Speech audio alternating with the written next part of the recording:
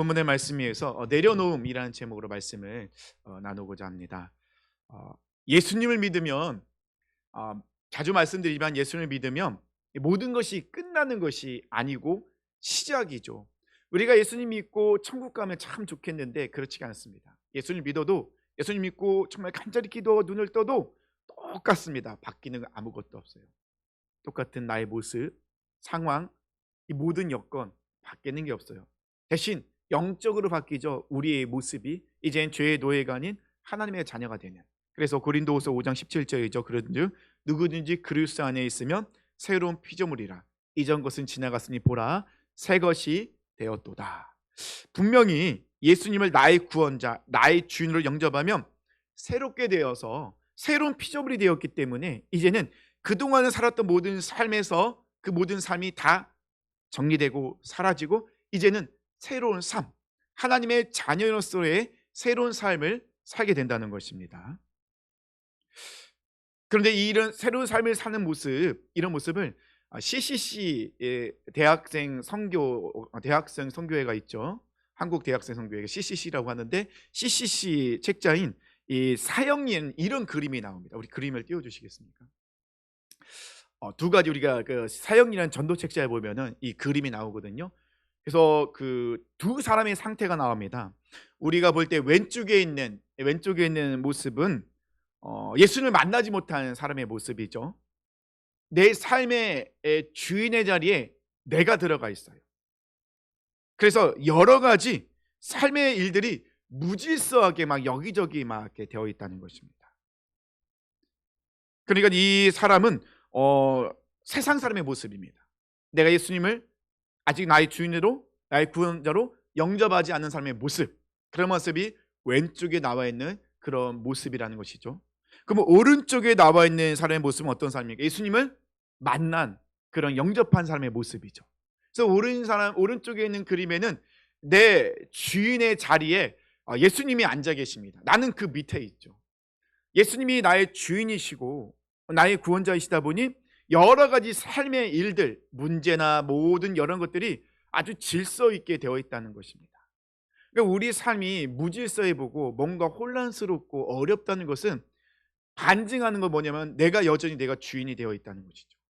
근데 예수님이 나의 주인이 되어 주시면 이 모든 것이 너무나도 질서정연하게 되어 있다는 것입니다. 창세기 말씀에서도 보면요, 하나님께서 이 천지를 창조하시기는 아무것도 없었어요.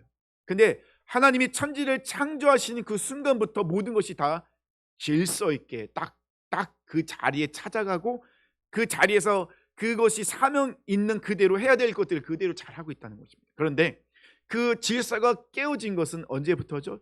인간들이 사람이 죄를 지은 이후부터, 죄가 찾아온 이후부터 질서가 깨지기 시작했다는 것입니다. 우리 삶의 문제도 똑같아요. 우리 삶도 똑같아요. 우리 삶이 무질서해진다. 우리의 삶이 뭔가 정리가 되어 있지 않다. 그것은 예수님을 나의 주인으로 인정하지 못하고 있는, 여전히 내가 주인이 되어 살아가고 있는 모습이라는 것입니다. 다음 그림 보여주세요. 다음 그림은 조금 더 자세하게 나와 있어요. 자, 왼쪽과 가운데의 그림은 제가 아까 말씀드렸습니다. 왼쪽의 그림은 아직 예수님을 알지 못하는 사람의 모습, 가운데의 모습은 예수님을 영접하여서 성령의 사람이라 나와 있죠. 정말 예수님이 나의 주인이신 모습입니다. 근데 맨 오른쪽에 있는 세 번째 그림은 어떤 그림이냐면 예수님을 영접하긴 영접했는데 여전히 주인이 누구예요? 나예요. 내 삶의 주인의 자리에 내가 올라가 있어요. 내가 앉아 있어요. 예수님은요, 아직 그 주인의 자리에 올라오지 못하는 밀려나 있는 모습입니다. 그러다 보니 똑같아요. 여러 가지 삶의 문제와 삶의 여러 가지 일들이 저렇게 무질서하게 되어 있다는 것입니다. 그림에는 없지만 종교인의 모습도 있어요. 예수님을 믿는다고 하지만 말만이고 예수님께 내 모든 것을 내어줄 생각도 없어요. 그냥 이용할 뿐이에요. 이런 사람들이 또 종교인의 모습이기도 해요. 자, 그러면 사랑하는 성도님들은 이 세 가지 그림 중에, 여기 계신 분은 종교인이 없을 테니 이 세 가지 그림 중에 어떤 모습이 우리 사랑하는 성도님의 모습입니까? 속으로 대답하세요. 이렇게 대답하면 부끄럽다고 하실 수 있으니까 속으로 대답하십시오. 솔직히 저도 고백하면 두 번째와 세 번째 왔다 갔다 하는 것 같아요. 뭔가 하나님의 말씀에 대한 들어오고 막 그 기도 열심히 하고 은혜가 있을 때는 예수님이 나의 주인이신 것 같아요. 그래서 막 순종하고 막 잘 예수님을 따라가는 것 같은데, 근데 가끔 내가 용납하기 어려운 일들, 내 혈기가 막 내 계획이 내 생각이 막 올라올 때는 언제인지 모르는 내가 벌써 주인의 자리에 올라가서 예수님을 밀어내고 내가 주인의 자리에 앉아서 막 내가 무엇인가 하려할 때가 참 많아요. 막 꽉 움켜쥐고 있죠. 이것만은 내가 반드시 해야 된다. 이루어야 된다. 이거 절대 내가 손을 놓을 수 없다. 라는 것들이 내 안에 있을 때가 너무 많다는 것입니다. 그러다 보니 이 두 번째와 세 번째를 왔다 갔다 할 때가 많아요. 가운데의 모습으로 살아가고 싶은데 그렇게 살아가지 못하고 참 많다는 것입니다. 그래도 괜찮습니다. 지금부터 깨닫고 바꿔나가면 되니까요. 어떤 모습으로 바꿔야 될까요? 가운데에 있는 모습. 예수님이 나의 주인이시고 나는 예수님 발 앞에 있고 예수님을 중심으로 예수님이 내 안에 계시기 때문에 나의 주인이시기 때문에 우선순위가 확실하고 무엇을 어떻게 해야 될지가 너무나도 질서정연하게 되어 있는 모습, 그런 모습이 우리의 모습이 되어야겠죠. 우리가 예수를 믿으면 새로운 삶이 시작된다고 분명히 말씀드렸습니다. 새로운 삶이라는 것은 내 삶의 주인의 자리에 예수님께서 앉아 계신 거예요. 내가 내 삶의 주인을 예수님께 내어드리는 것입니다.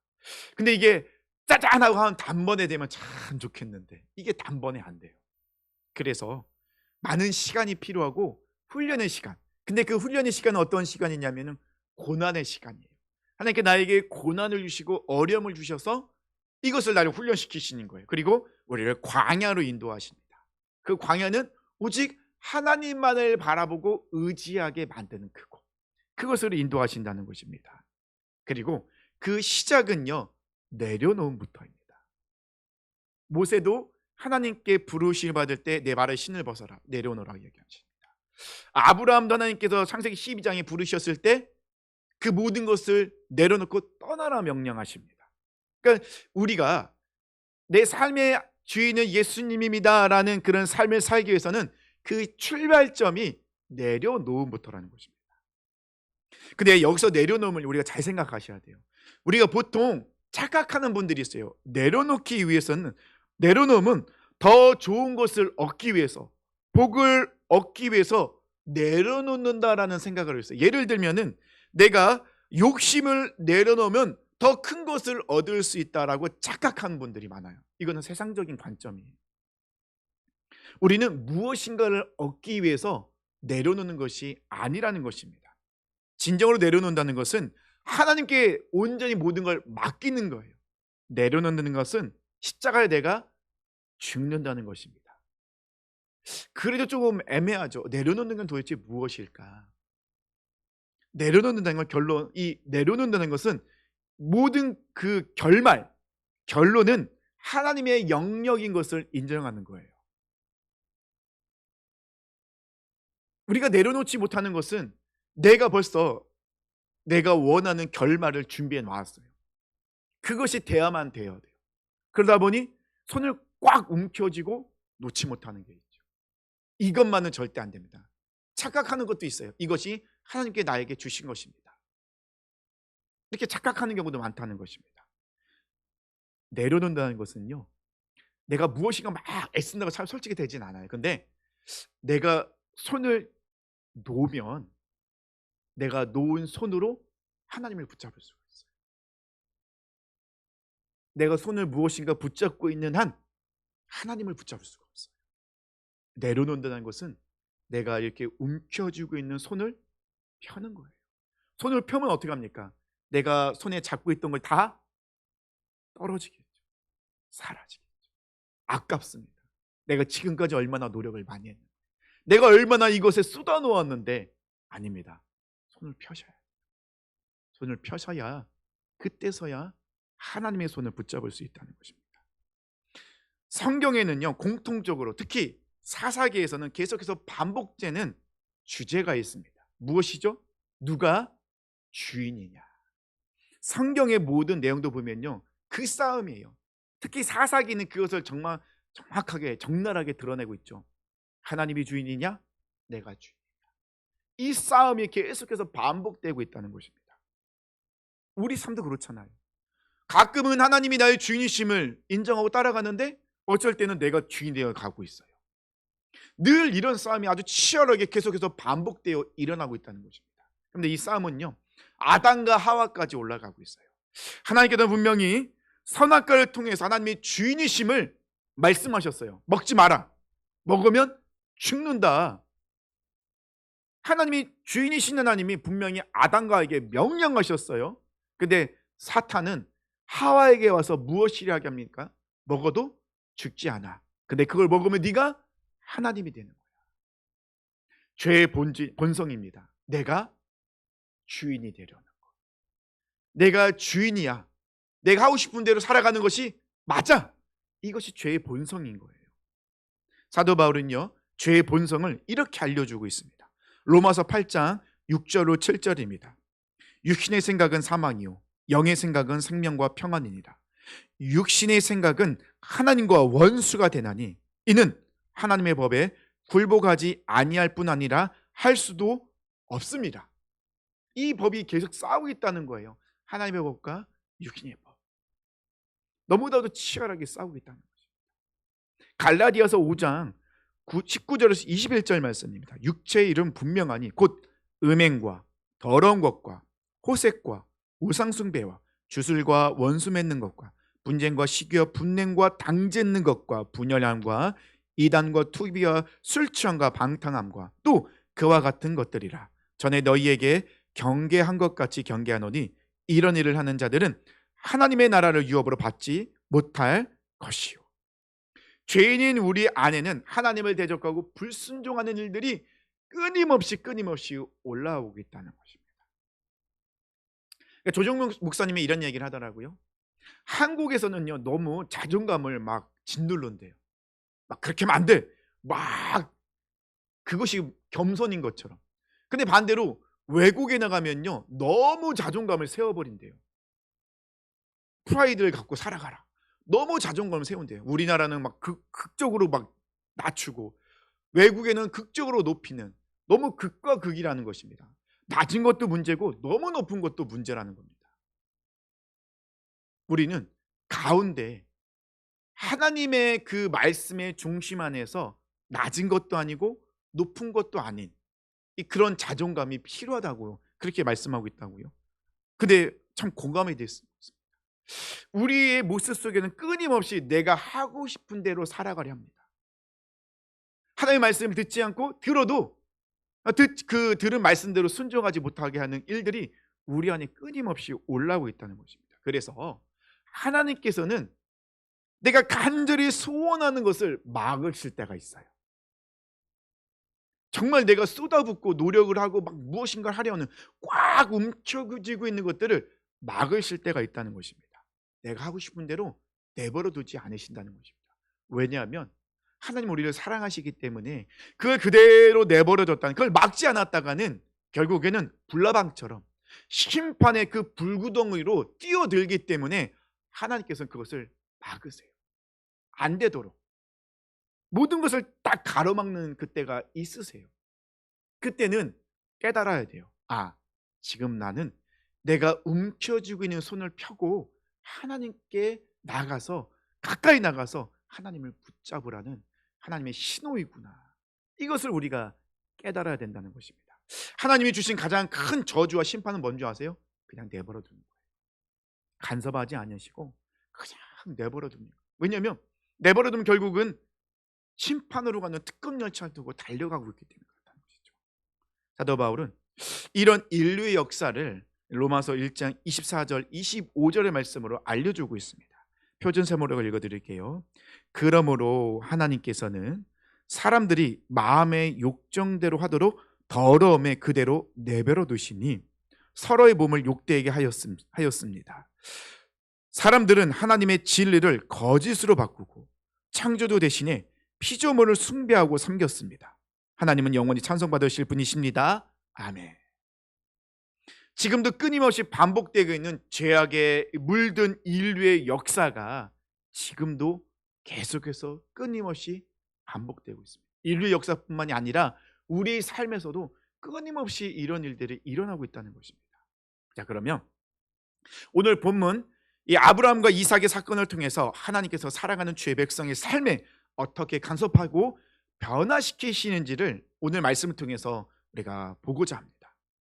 오늘 본문은 하나님께서 아브라함 향하면 아주 강력한 그런 테스트를 하고 계시죠. 하나님께서는 아브라함에게 자손과 땅을 약속하셨어요. 분명히 하나님께서 아브라함에게 뭐라고 약속하십니까? 바깥으로 아브라함을 끌고 나가서 바다의 모래를 보며 네 자손 이렇게 많아질 것이다. 하늘의 별을 보여주며 이렇게 셀 수 없을 정도로 너희 자손들이 많아질 것이다. 약속하셨거든요. 근데 문제는 시간이 지나는데 아니 자손이 생기려면 아들이 있어야 되는데 아들이 없는 거예요. 그래도 아브라함은 계속 기다리죠. 근데 10년 또 그 이후의 시간을 계속 기다리는데도 하나님은 아브라함에게 아들을 주지 않는 거예요. 99세가 되었습니다. 사라는 생리가 끊어졌어요. 더 이상 아들을 낳을 수 있는 방법이 없어요. 자신이 육체를 볼 때 더 이상 기대할 수도 없고 소망이 완전히 끊어진 그때 하나님이 일하기 시작하십니다. 내가 아무것도 할 수 없을 때, 나의 연약함을 고백할 때, 그때가 하나님께서 일하실 때라는 것입니다. 왜냐하면 하나님께만 집중하고 의지하여 하나님께서는 그런 내가 집중한 나를 생명의 길로 인도하시기 위해서 하나님께만 집중하도록 의지하도록 만들기 위해서 모든 희망과 소망과 나의 그 모든 것이 끊어진 그때, 아무것도 할 수 없을 그때 하나님께서는 일하기 시작하시죠.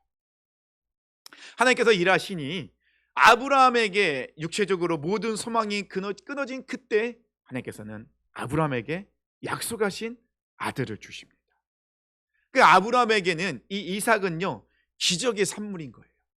내가 아무것도 할 수 없었던 그때 하나님께서 약속을 이루어 주신 그 아들, 기적의 산물인 것이죠. 그러니 이 이삭이 얼마나 사랑스럽고 눈에 넣어도 아프지 않을 정도로 그렇게 사랑스럽고 아끼는 그런 아들이 되었다는 것입니다. 한편으로는요, 이 아브라함의 인생에서 이 아브라함의 가장 큰 소원은 무엇이었겠습니까? 아들을 얻는 것이었어요. 아들을 얻는 것. 드디어 아들을 낳았죠. 100세 얻은 이 아들은 자기 평생의 소원이었다는 것입니다. 그런데 오늘 본문의 말씀을 보니 하나님께서 아브라함에게 나타나셔서 명령하십니다. 1절 보니까요. 그 일 후에 하나님이 아브라함을 시험하라고 그를 부르시되 아브라함아 하시니 그가 이르되 내가 여기 있나이다. 여호와께서 이르시되 내 아들 내 사랑하는 독자 이삭을 데리고 모리아 땅으로 가서 내가 네게 일러준 한 산 거기서 그를 번제로 드리라. 지금 하나님께서 아브라함에게 말씀하십니다. 네 아들, 또 말씀하십니다. 네가 사랑하는 독자 이삭. 하나님도 아브라함이 이삭을 얼마나 사랑하고 있는지 알고 계셨어요. 그래서 하나님이 네 아들 그 독자 이삭을 내가 얼마나 사랑하는지 안다 라고 표현하시면서 사랑하는 내 독자라고 이야기하고 있거든요. 근데 뭐라고 명령하십니까? 그 이삭을 내가 명령한 그 모리아 땅 그 한산에 가서 번제로 드려라. 번제는 제물을 죽여야 돼. 각을 떠야 돼요. 아브라함은 번제를 많이 드려봤어요. 알고 있어요. 어떻게 하는 것이 번제인지. 근데 지금 하나님께서는 아브라함의 뭐라고 명령하십니까? 내 사랑하는 내 독자 이삭을 바쳐라. 번제로. 각을 떠서 불로 태워서 하나님께 올려드리라는 겁니다. 우리는 이것이 아브라함 향한 테스트라는 걸 알고 있어요. 왜냐하면 성경에 나와 있으니까요. 근데 당사자 아브라함을 알고 있었을까요? 모르죠. 알 수가 없죠. 아니 하나님이 약속하시고 주셨을 때는 언제고 이걸 다시 도로 바치라는 것은 아니 이럴 거면 주시지 말지. 왜 그러십니까? 하나님 왜 이렇게 고약하십니까? 우리가 이렇게 이야기할 수도 있다는 것입니다. 아브라함의 갈등은 여기서 시작이 되는 거예요. 내 목숨과 바꿀 수 있는 평생의 소원이었던 사랑하는 아들 이삭의 목숨과 나에게 생명을 주신 나의 주인이신 하나님 아버지의 이 말씀의 순종에 이 갈등이 찾아오는 거예요. 내 아들을 살릴 것이냐, 하나님 말씀에 순종할 것이냐. 항상 우리가 겪는 갈등이잖아요. 내가 움켜쥐고 있는 것을 그대로 행할 것이냐, 여전히 잡고 있을 것이냐, 아니면 하나님의 말씀에 순종할 것이냐, 내 손을 펴고 내려놓을 것이냐. 이 갈등이 항상 우리 안에 있다는 것입니다. 아브라함은요, 아들 문제로 실수한 적이 있었어요. 아브라함은 하나님께서 약속하신 그 아들을 기다리지 못하고 사라의 몸종이었던 이 하갈을 통해서 아들을 얻은 적이 있었죠. 아들이라는 간절한 소원을 두 손으로 꼭 움켜잡고 하나님의 방법이 아닌 아브라함의 방법으로 이스마엘을 낳아요. 근데 이스마엘은 하나님께서 약속하신 아들이 아니에요. 이 실패를 한 후에 얻은 아들이 이삭이었습니다. 자기의 실수, 여전히 내가 움켜쥐고 있는 그 손으로 인하여 자기가 실수했던 것을 경험한 이후에 이 아들을 얻었는데 그 아들이 바로 이삭이잖아요. 아브라함은 확신이 있었습니다. 나는 알지 못하지만 하나님은 분명한 뜻과 계획과 그 섭리 안에서 나에게 명령하셨다. 그렇다면 내가 그 명령에 이해가 되진 않지만 이해를 하려 하기보다는 하나님의 말씀에 순종하겠다. 이것이 아브라함의 결단이었습니다. 그래서 사라에게도 이야기하지 않고 아침 일찍 하나님께서 명령하신 그 모리아 땅으로 갑니다. 칼과 불과 나무와 이삭을 데리고, 그리고 두 종을 데리고 함께 길을 떠납니다. 그 길은 3일의 길이었어요. 3일 동안 아브라함은 얼마나 힘들었을까요? 별 생각이 다 들었을 거예요. 아마 끊임없이 기도하지 않았을까요? 그 안에 얼마나 갈등하고 있었을까요? 아들을 살려야 될까? 하나님의 말씀에 순종해야 될까? 이 3일의 길은 정말로 너무 힘든 길이었을 것 같아요. 드디어 그 길에 도착했습니다. 그리고 이 아브라함은 나무를 쌓고 그리고 아들을 결박하여서 번자둔에 올려놓습니다. 칼을 빼고 이제 이삭을 죽이려 내려칩니다. 자, 이 상황 속에서 아브라함은 정말 이삭을 죽였나요? 근데 제가 드린 질문은 이 말씀 속에서 잘못된 질문이에요. 질문을 바꿔야 돼요. 아브라함은 5절 말씀, 5절 함께 보세요. 5절 보니까요, 아브라함이 그 종들에게 이야기하죠. 이에 아브라함이 종들에게 이르되 너희는 나귀와 함께 여기서 기다리라. 내가 아이와 함께 저기 가서 예배하고 우리가 너희에게로 돌아오리라. 자, 5절 말씀에서는요, 중요한 것이 우리가라는 단어예요. 지금 아브라함은요, 이삭을 번제물로 드리러 올라가요. 아브라함과 이삭이 같이 올라가요. 둘이 같이 올라갑니다. 그러면 내려올 때 누구만 내려와야 돼요? 아브라함만 내려와야 돼요. 왜냐하면 이삭을 바쳤으니까. 근데 지금 아브라함은 어떤 단어를 쓰고 있습니까? 우리라는 복수를 쓰고 있어요. 우리라는 건 누구죠? 나와 이삭.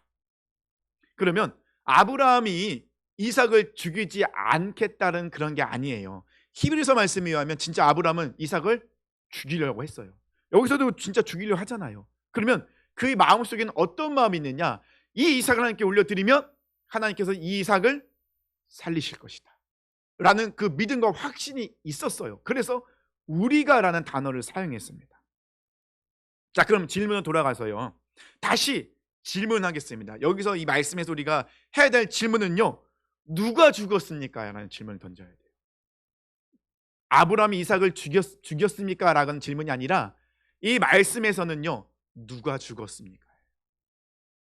네, 아브라함이 죽은 거예요. 아브라함이 죽은 겁니다. 이 말씀은 우리가 그렇게 바라봐야 돼요. 아브라함이 먼저 죽고 이삭도 죽은 거예요. 아브라함이 칼을 들어서 이 이삭을 찌르는 그 순간, 내리치는 그 순간은 아브라함이 죽는 거였어요. 이삭은 아브라함의 인생의 가장 큰 소원이었어요. 그리고 가문의 희망이었죠. 왜냐하면 이삭을 통해서 아브라함의 가문은 계속 이어질 수 있는 거예요. 근데 이삭을 죽이면요, 모든 게 다 사라지는 거예요. 나의 소망도, 내가 그렇게 움켜쥐고 있던 그 모든, 절대 놓을 수 없는, 아니 이삭을 놓으면 우리 가문은 끊어지는 거잖아요. 대가 끊어지는 거잖아요. 근데 지금 아브라함은 그 이삭을 죽이려 합니다. 이삭을 죽인다는 것은 내 소원, 내 간절한, 나의 모든 육적인 갖고 있던 그 모든 것을 다 십자가에 못 박는 행위였어요. 아브라함이 죽은 거예요. 이삭을 죽인다는 결국 아브라함 자신을 죽이는 것과 똑같다는 것입니다. 아브라함은 이삭을 죽이려는 그 순간에 하나님께 다시 한번 묻지 않습니다. 하나님, 정말 죽여요? 묻지 않습니다. 아브라함은요, 죽이는 척하지 않아요. 정말 칼을 빼고 이삭을 찔러 죽이려 합니다. 왜요? 하나님께 번제물로 드려야 되니까요. 칼을 빼서 이삭을 찌르려는 그 순간은 아브라함이 완전히 죽어서 자기 삶의 주인의 자리에서 내려온 거예요. 그리고 하나님을 나의 주인으로 그 자리에 올려드린 거죠. 그것이 바로 이 사건의 모습이라는 것입니다. 12절 하나님께서 말씀하십니다. 사자가 이르시되 그 아이에게 내 손을 대지 말라. 그에게 아무 일도 하지 말라. 내가 내 아들 내 독자까지도 내게 아끼지 아니하였으니 내가 이제야 내가 하나님을 경외한 줄 아노라. 아브라함의 내려놓음은요, 아들을 붙잡고 있는 그 손을 놓자 그제서야 하나님의 손을 붙잡게 됩니다. 아브라함이 마지막으로 잡고 있던 그 자기의 그 마지막 끈, 희망, 소망, 그 모든 것은 무엇이었습니까? 이삭이었어요. 이삭만은 절대로 놓을 수 없다는 것이죠. 하나님은 알고 계셨어요. 언제부턴가 아브라함이 이삭을 잡고 있는 순간 자기가 주인이 되어 있었어요. 하나님께서는 뭐라고 말씀하십니까? 그 이삭을 내려놔라. 그래서 그 이삭을 바쳐라 라고 말씀하신 거죠. 아브라함은 주저하지 않습니다. 아브라함도 알고 있었어요. 지금 나의 주인은 나였구나. 나의 주인은 이삭이었구나. 나의 주인은 하나님이 아니었구나. 하나님 나의 지금 하나님이 주인 되심을 선포하라고 명령하셨구나. 그렇다면 하나님 손을 펴겠습니다. 그래서 이삭을 정말 죽이려 했다는 것이죠. 이삭을 죽이는 그 순간이 아브라함이 죽는 순간이었고, 손을 펴는 순간이었고, 아브라함의 모든 것을 내려놓는 그 순간이었다는 것입니다. 하나님은 그 아브라함의 그 모든 것을 받아주시고 아브라함 가운데 어떻게 왕으로 다시 한번 좌정하셔서 그에게 그의 모든 삶을 완전히 이끌어 가십니다. 그래서 창세기 22장 이후로는 아브라함의 이야기가 이제 이삭의 이야기로 넘어가기 시작해요. 왜냐하면 아브라함의 모든 테스트는 끝났기 때문에. 아브라함은 믿음의 조상으로 하나님께서 완전히 인정하신 거예요. 절벽에 떨어진 사람이 있었습니다. 떨어진 순간 손을 뻗어서 딱 잡았는데 나무를 잡은 거예요. 이 사람이 하나님께 기도합니다. 하나님, 제발 살려주세요. 이 사람은 자기가 움켜쥐고 있는 이 나무를 손을 놓는 순간 죽는 거예요. 낭떠지로 떨어지는 거예요. 그러면 이 사람에게는 유일한 희망은 내가 잡고 있는 나무예요. 기도합니다. 하나님, 제발 살려주세요. 하나님께서 말씀하십니다. 살고 싶으냐? 그러면 그 손을 놓아라. 이 사람이 이해가 됩니까? 이 손을 놓으면 내가 죽는데요. 근데 하나님의 명령은 무엇입니까? 그 손을 놓아라입니다. 왜냐하면 그 손을 놔야 그때서야 구원자 되신 하나님의 손을 붙잡을 수 있기 때문입니다. 우리 사랑 성도님들, 오늘 말씀을 통하여서 내가 여전히 잡고 있는 것은 무엇인지 생각해 봤으면 좋겠습니다. 우리가 진정한 그리스도인이 되길 원하십니까? 우리 삶이 변하고 싶으십니까? 그렇다면 내가 여전히 손을 꼭 붙잡고 있는 것, 아니 내가 지금도 붙잡으려 하고 있는 것들을 놓아야 돼요. 그걸 놓지 않는 이상은 우리 안에 변화가 일어나지 않습니다. 그것을 놓지 않는 이상은 여전히 내가 주인이 되어 살아갈 수밖에 없다는 것입니다. 아브라함의 말씀 다시 한번 기억했으면 좋겠습니다. 아브라함이 이삭을 죽였나요? 그게 우리의 질문이 되면 안 돼요. 누가 죽었습니까? 라는 것이 우리의 질문이 되어야 된다는 것입니다. 내가 이 손을 내려놓는 것은, 손을 펴는 것은 내가 마지막이라고, 이것만은 절대 안 된다는 것을 내려놓는 순간 그것이 내가 십자가에 죽는 것입니다. 그것이 진정으로 내려놓음이에요. 그 내려놓음이 있을 때 우리 주님은 나의 주인으로서 나의 모든 삶을 주관하시고 인도하시고 통치하십니다. 그때서야 우리 모든 삶은 질서 있게 그 모든 관념의 뜬에서 섭리 안에서 진행된다는 것입니다. 전능하신 주님의 손을 붙잡으려면 자연스럽게 내 손에 쥐고 있는 것을 놓으면 자연스럽게 전능하신 우리 하나님의 손을 붙잡을 수 있습니다. 지금도 우리 하나님은 우리에게 손을 내밀고 계십니다. 그렇다면 우리는 움켜쥐고 있는 손을 펴고 내려놓고 주님의 손을 붙잡으시는 우리 하나님의 삶 되시길 축원합니다. 우리 다